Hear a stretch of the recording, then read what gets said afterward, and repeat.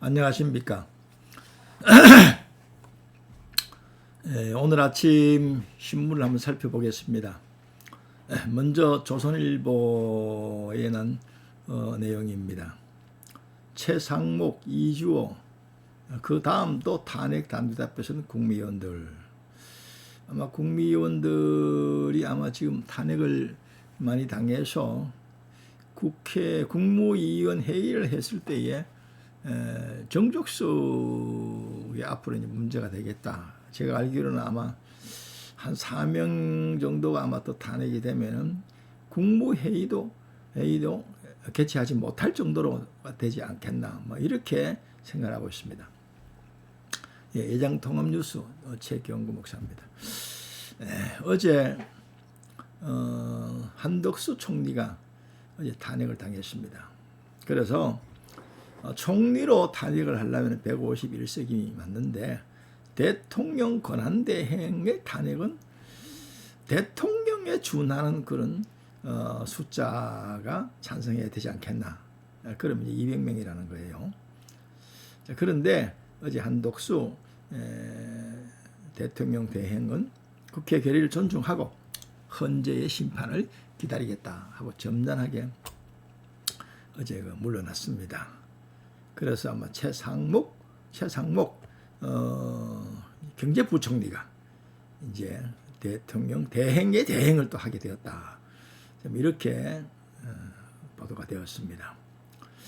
야당이 이제 무리수를 이제 상당히 많이 뜨는 것 같아요. 이번에 이제 그 야당의 이런 일을 통해 가지고 이재명 그 민주당 대표에게 하나의 득이 될까 또 아니면 독이 될까 여러 가지 많은 사람들이 지금 얘기를 하고 있습니다. 결코 이재명 대표에게 득이 되지 않을 것이다. 지금 뭐 야당에서 대통령 그 후보감으로 당장 선거가 실시된다면 75%인가 이재명에게 쏠려 있습니다. 대표에게. 그런데 과연 헌재에서 윤석열 대통령의 지금 탄핵 심판이 6명으로 될 수 있느냐. 또 내년 2월인가 뭐 아마 2명이 또 임기 만료된다 소리가 들려요. 그게 정상적으로 될 것인가. 또 여러 가지 그 절차상 문제에 있어서 문제를 제기하고 있습니다. 과연 탄핵이 제대로 진행될 것인가. 그리고 심판이 되면 언제 될 것인가. 그리고 이재명 그 민주당 대표의 사법 그 판결 1심에서 판결 난 건 이제 고등법원에서 어떻게 날 것인가. 그 외에 또 사법 여러 가지 문제가 있잖아요. 그래서 이재명 대표 입장에서는 상당히 시간이 촉박하죠. 빨리 윤석열 대통령이 탄핵이 결정돼서 새로운 대통령 선거가 될 때에 자기 그 사법부의 그 판결을 하기 전에 대통령으로 이제 올라가야 그 모든 걸 이제 면제받을 수 있다. 막 이렇게 생각하는 것 같아요. 그리고 이번에 이제 그 우원식 국회의장이 이번에 여러 가지 그 국회의장으로서의 처리하는 과정에서 야당의 지지를 좀 받는 것 같습니다. 그래서 우원식 국회의장도 앞으로 대통령 후보감이다. 지난번 여론조사에서 뭐 5%인가 이래 나왔었잖아요. 지형이 어떻게 바뀔지 모르죠, 사실은요. 그리고 이제 김부겸 전 총리라든지요, 이낙연 이런 분들이 아마 대통령 후보감으로 도전하지 않겠나 하는 그런 생각이 들어서 또 김경수 또 경기지사 김동연 그 이재명 대표가 그 바라는 방향으로 과연 그것이 굴러가겠느냐. 뭐 우리가 두고 봐야 될 일이죠. 정치는 생물이기 때문에. 그러나 역사의 주인은 하나님이십니다. 인간이 아무리 꾀를 내고 계획을 세운다 하더라도 그 걸음을 인도하는 자는 여호와다. 말의 응답은 여호와께 있다. 잠언 16장에 나와 있잖아요. 그래서 우리는 결론은 하나님이다 하는 마지막 수순을 남겨놔야 됩니다. 그래서 이 국무위원들이 제가 알기로는 뭐 이제 한 15명인가 남은 것 같은데요. 단두대 앞에 섰다. 이렇게 조선일보에서 보도를 했어요. 그리고 여기 이제 정대철 정대철 의원이 이제 그 옛날에 그 국회의원 오래 한 사람이죠. 야당이 원로지 원로. 야당의 눈앞에 권력을 보이니 성급해졌다. 나라의 100년 대기를 생각해야 되는데 하고 이 정대철 야당 원로도 상당히 좀 걱정하고 있습니다. 이 최상목 경제부총리가 대행이 됐는데 헌법재판관을 임명할 것인가, 또 특검을 또 임명할 것인가, 받아들일 것인가, 여러 가지 아마 긴거리 특검법이라든지 내란 특검법 이런 것들을 받아들일 것이냐, 상당히 관심이 지금 최상목 경제부총리 또 이제 대행에 쏠려 있어요. 그럼 여기 나오네. 제2, 제3의 한독수가 계속 나오면 어떻게 될 것이냐. 대행의 대행을 또 탄핵한다. 그러면 대행의 또 대행을 또 탄핵한다. 아마 현재 자세로 봤을 때는 민주당은 계속해서 자기들 목적을 달성하기 위해서 그럴 가능성이 있죠. 그런데 그것이 과연 그 국민들의 지지를 받을까요?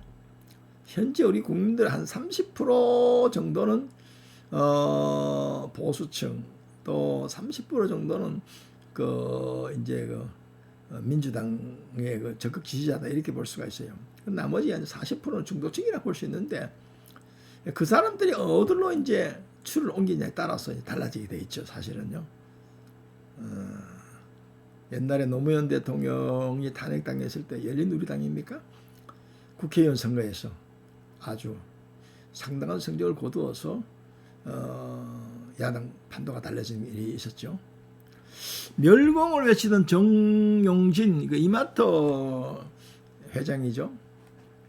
중국과 손잡다. 어떻게 돼서 미국에서 트럼프하고 또 만나고 뭐 이런 여러 가지가 있어가 주가가 또 올라가는데 갑자기 이마트 주가가 10% 폭락했다 그러네요. 중국하고 아마 뭐 관계 때문에 그런 것 같습니다.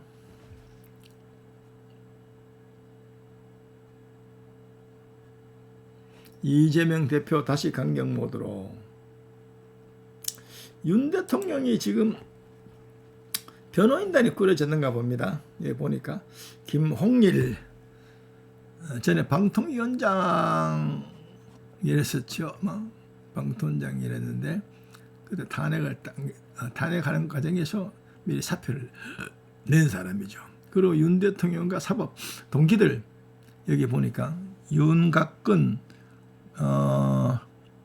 배진천 변호사 이런 분들이 중심이 돼가지고 변호인단을 꾸린 것 같습니다. 그래서 본격적으로 현재 헌재를 대응하고 있다 이렇게 볼 수가 있네요.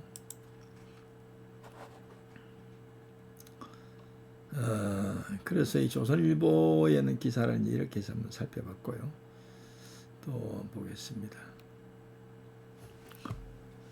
어제 의원식 국회의장이 어제 한덕수 대통령 대행을 탄핵하는데 정족수는 151명이다. 과반이면 된다. 29번째 탄핵 소추라 그러네. 29번째.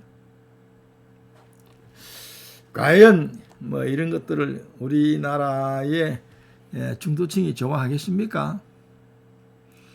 야당도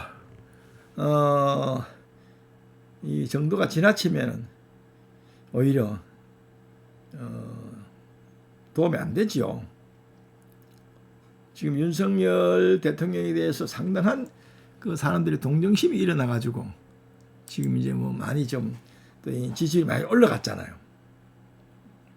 이 경향신문은 아주 제야신문이에요. 계속해서 윤석열 대통령에 대해서 내란으로 몰아가는 그러한 기사를 지금 많이 쓰고 있습니다. 또 오늘 또 윤석열 대통령하고 김용현 국방부 장관하고 총을 쏴서라도 검찰에 실토한 윤석열의 명령 2번, 3번 계엄을 해야 된다.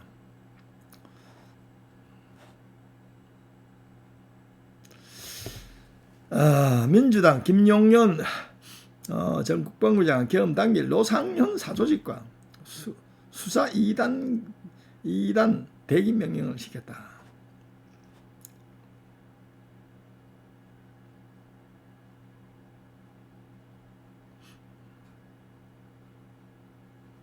촛불 시위, 윤석열 탄핵하라.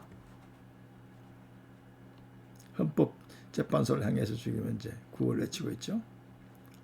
내란범, 내란수계, 아주 현직 대통령에 대해서, 현직 대통령이 뭐 내란을 일으키면 자기가 무슨 뭐 대통령인데 그 이상 뭐가 있어요. 권력을 뭘 또 잡겠다는 거예요. 그래서 내란이 될 수 없다. 뭐 비상계엄에서 어떤 절차상 그 문제가 있을 수는 있지만 내란은 아니다. 사람들 여기도 지금 뭐 계속 이 윤석열 대통령 집회원 시민들 윤석열 당장 퇴진해라. 저도 어제 헌법재판소 앞에 가봤습니다만은 거기도 뭐 찬반이 서로 그 앞에서 막 시위하더라고요.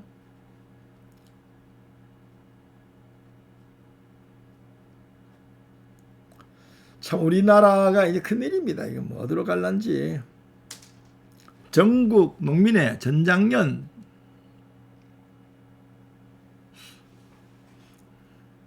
민노총 전부 이제 그 어떤 그 제야 시민단체 윤석열 대통령이 하해를 부르짖고 있고요. 끌어내리라고 지금 이러고 있습니다. 동아일보를 한번 보겠습니다. 한덕수 탄핵, 최상목 헌정사 초유 대행의 대행. 어제 아마 6시에 그 최상목 그 대행의 대행이 국정 안정을 위해서 이렇게 해야 된다 하고 NSC인가 뭐 소집하고 이렇게 했다고 소리 들리더라고요. 아유, 참 한심합니다. 언제까지 우리나라 정치가 이렇게 퇴보적인 방향으로 가야 되느냐. 이재명 민주당 대표가 어제 그 국회에서 그 한덕수 총리를 대통령 대행을 탄핵시킨 것에 대해서 독이 될지 득이 될지 앞으로 지켜봐야 되지만 많은 사람들은 오히려 그것이 이재명 대표의 수명을 단축시키는 것이 아니냐 이렇게 염려한 사람이 많습니다. 한겨레 신문 총 쏴서라도 내란 수계 윤석열의 광기 망상과 현실 오간 나날. 그래서 이제 한겨레 신문이나 경향신문 뭐 이런 데는 아주 윤석열 대통령에 대해서 현직 대통령에 대해서 너무 심하게 지금 내란이라고 딱 못을 박아놓고 그쪽으로 몰고 가는 것 같아요. 이 언론이 좀 진실하고 좀 공정해야 되는데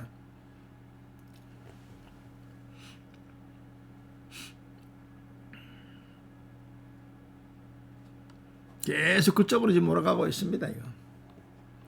그래서 뭐 광화문에서 탄핵 찬성 반대, 어제 헌재 앞에서도 찬성 반대, 국회 이사당 앞에서 찬성 반대.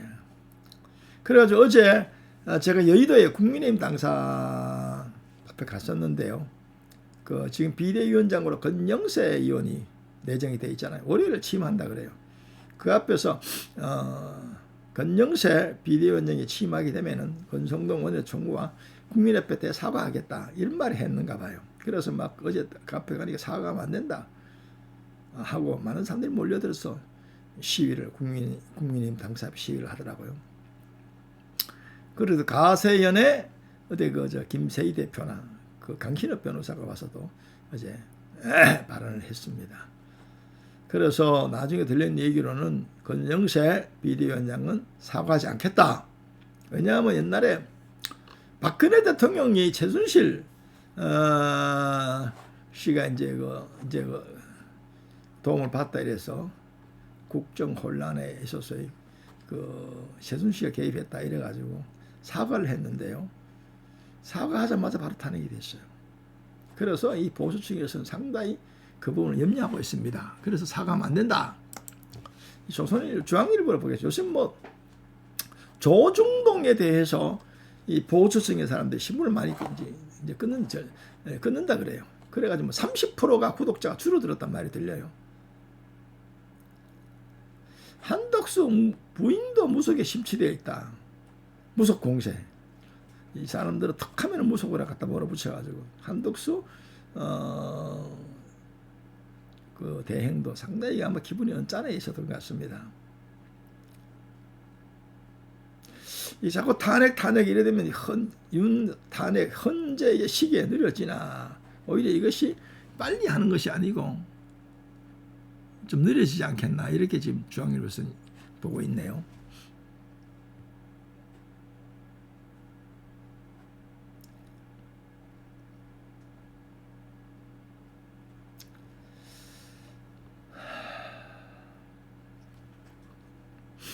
오늘 아침에 제가 조선일보, 경향신문, 한겨레신문, 또 중앙일보, 동아일보 이 신문 아침에 한번 살펴봤습니다. 공통점은 이제 한덕수 총리 대행, 대통령 대행이 어제 탄핵을 당했다. 그래서 이제 대행 최상목 경제부총리가 대행의 대행을 맡게 되었다. 하는 그런 그 소식이 주로 이루어졌고요. 윤석열 대통령의 탄핵이 오히려 이제 좀 느려질 수가 있다. 그리고 이재명 대표에게 과연 그것이 덕이 되겠나, 득이 되겠나. 여러 가지로 아마 초조한 것은 이재명 대표가 아닌가. 많은 사람들이 이렇게 보고 있어요. 이번에 윤석열 대통령이 그 탄핵이 윤석열과 이재명의 싸움이다. 누가 죽느냐 싸움이다. 왜냐하면 윤석열 대통령 탄핵 전에 이재명 대표에 대해서 대법원의 확정 판결이 나오면은 뭐 고등법원은 나온다고 지금 뭐 사람들이 다 보고 있어요. 그런데 대통령이 이제 출마하지 못하게 되겠죠. 그러고 윤석열 대통령이 돌아올 수도 있겠죠. 그러나 윤석열 대통령이 빨리 탄핵이 진행돼 버리고 그리고 대선이 이루어지게 되면은 그러면 이재명 민주당 대표가 야당의 또 이 후보 선두주자로서의 대통령이 당선되면은 자기 문제를 자기 셀프로 면제 줄 수 있지 않느냐. 그래서 누가 죽느냐 싸움이다. 이렇게 보는 사람도 많아요. 어쨌든 우리 모두는 대한민국의 국민으로서의 우리가 대한민국이 세계에서 여러 가지로 지금 우뚝 섰는데 경제적이나 군사적인 것이 문화적인 것이나 여러분들이요 이런 모든 것들이 K문화가 지금 K산업이 K국방 이런 것들이 선진국의 대열을 지금 들어갔습니다. 그런데 안타깝게도 이번에 비상계엄을 통해서 탄핵을 통해서 지금 국가가 이제 혼란하게 됐어요. 여기에 거대 야당 민주당이 책임이 없느냐? 오히려 거대 야당 민주당이 내란을 자초했다. 윤석열 대통령은 비상계엄이 아니고는 할 일이 없었다. 할 수 있는 방법이 없다. 이것을 이제 알린 것만 자체도 큰 효과다. 선거관리위원회 선거 부정의 문제도 오래전에 알고 있었지만은 이거를 부각시킬 수 있는 방법이 비상계엄이다. 이렇게 말을 하고 있어요. 종북 주사파 척결, 자유, 민주, 헌정, 질서 공고히 하는 것. 이 부분에 대해서 많은 사람들이 이번 새롭게 관심을 가지게 되었어. 윤석열 대통령의 지지율이 점점 올라가고 있습니다. 정치권도 여론의 추이를 지켜보고 있고요. 사법부도 헌재도 전부 눈치 보고 있어요. 정치는 생물을 했으니까 앞으로 좀 더 지켜봐야 되겠습니다만은 어쨌든 이 나라가 빨리 안정을 찾는 것이 중요하다는 그런 생각이 듭니다. 예장통합뉴스 대표 최경구 목사입니다. 구독, 좋아요 꼭 눌러주시기를 부탁합니다. 감사합니다.